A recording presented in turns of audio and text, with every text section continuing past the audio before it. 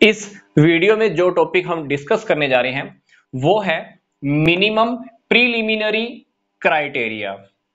तो इसको हम हिंदी में कह सकते हैं न्यूनतम प्रारंभिक मापदंड। ये टॉपिक हमने स्टडी किया था प्लानिंग वाले चैप्टर में। प्लानिंग की जब हम प्रोसेस स्टडी कर रहे थे तो उसमें स्टेप नंबर 3 वहां पर यह टॉपिक हमको स्टडी करने को मिला है।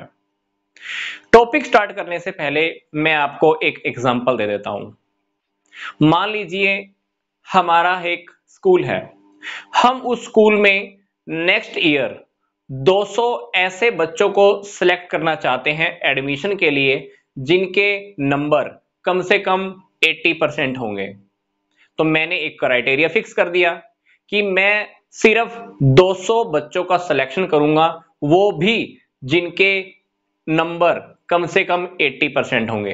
तो मेरे पास देखो मैंने टारगेट फिक्स किया है कि 200 बच्चों का सिलेक्शन करना है और जिनके मार्क्स कम से कम 80% होने चाहिए। मैंने जब ये बात सबको बताई तो काफी सारे बच्चों ने स्कूल में एडमिशन के लिए अप्लाई किया।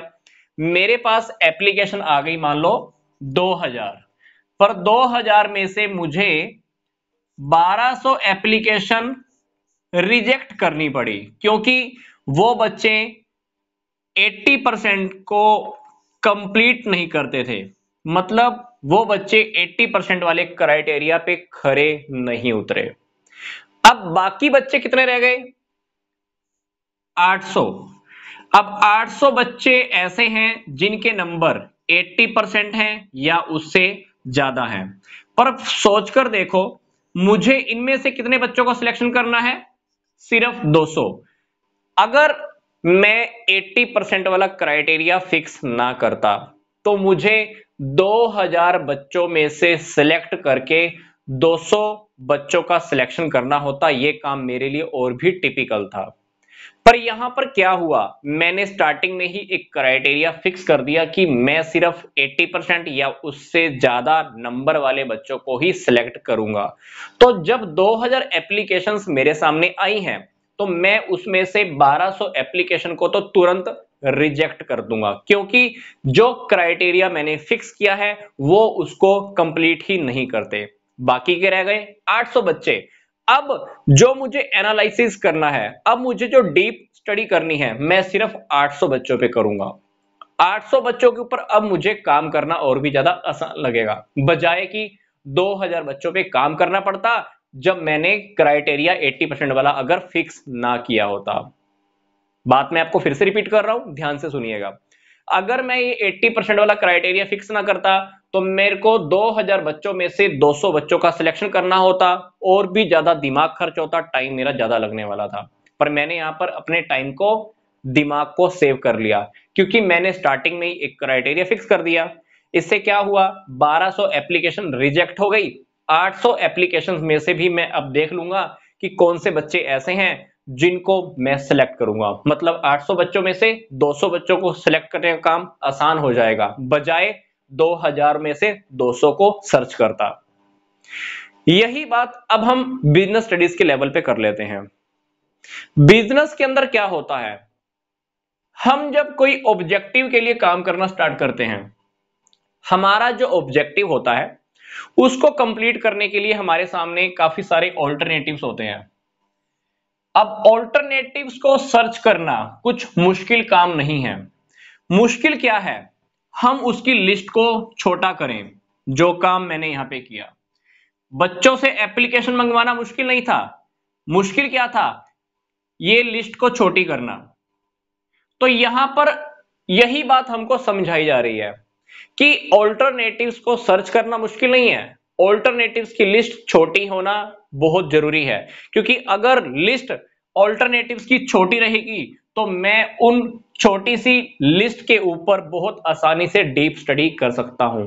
ध्यान से देखिए, अगर मैंने क्राइटेरिया यहां पे फिक्स ना किया होता तो मेरे को 2000 बच्चों के ऊपर एनालिसिस करना होता, डीप स्टडी करनी होती, 200 बच्चों का सिलेक्शन करता। मैंने जैसे ही क्राइटेरिया फिक्स कर दिया अपने आप ही 1200 एप्लीकेशन रिजेक्ट हो गई।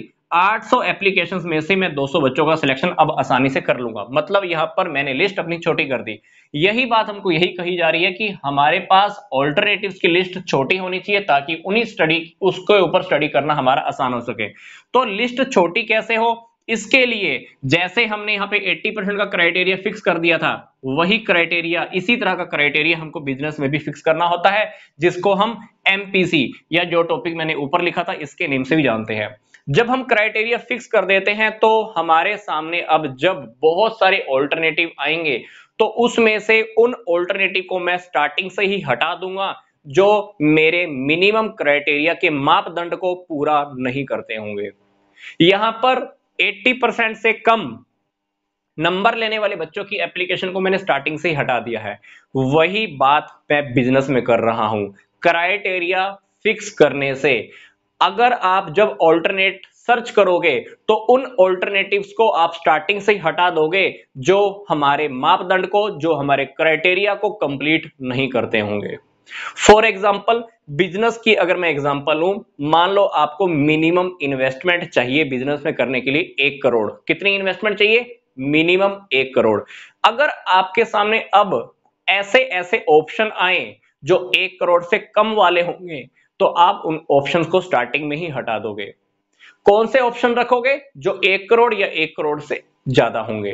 तो मिनिमम क्राइटेरिया फिक्स करने से क्या हुआ, हमारे पहले जो ऑल्टरनेटिव हमको 10 नजर में आ रहे थे, क्राइटेरिया फिक्स कर देने से अब हमारे पास ऑल्टरनेटिव हमारे पास सिर्फ 3 रहने वाले हैं। जैसे अगर हम 80% अगर फिक्स ना करते तो हमको 2000 बच्चों में से सिलेक्शन करना होता। जब हमने 80% वाला क्राइटेरिया फिक्स किया तो मैंने 1200 को तो वैसे ही रिजेक्ट कर दिया, सिर्फ 800 के ऊपर ही काम करना है। वैसे ही बिजनेस में जब हम ऑल्टरनेटिव फिक्स कर देते हैं, ऑल्टरनेटिव के साथ जब हम मिनिमम क्राइटेरिया फिक्स कर देते हैं तो ऑल्टरनेटिव्स की लिस्ट और भी छोटी हो जाती है। अब हम सिर्फ इसी 3 ऑल्टरनेटिव्स के ऊपर डीप स्टडी कर लेंगे और हमारा टाइम बच जाएगा और दिमाग भी बच जाएगा, क्योंकि हमें अब बस 3 ऑल्टरनेटिव्स में से एक बेस्ट से बेस्ट ऑल्टरनेटिव का ही सिलेक्शन करना होगा। आई होप ये टॉपिक आपको समझ में आया होगा। इस वीडियो के डिस्क्रिप्शन बॉक्स में कुछ और इंपॉर्टेंट लिंक्स भी दिए हुए हैं, आप वो भी देख सकते हैं।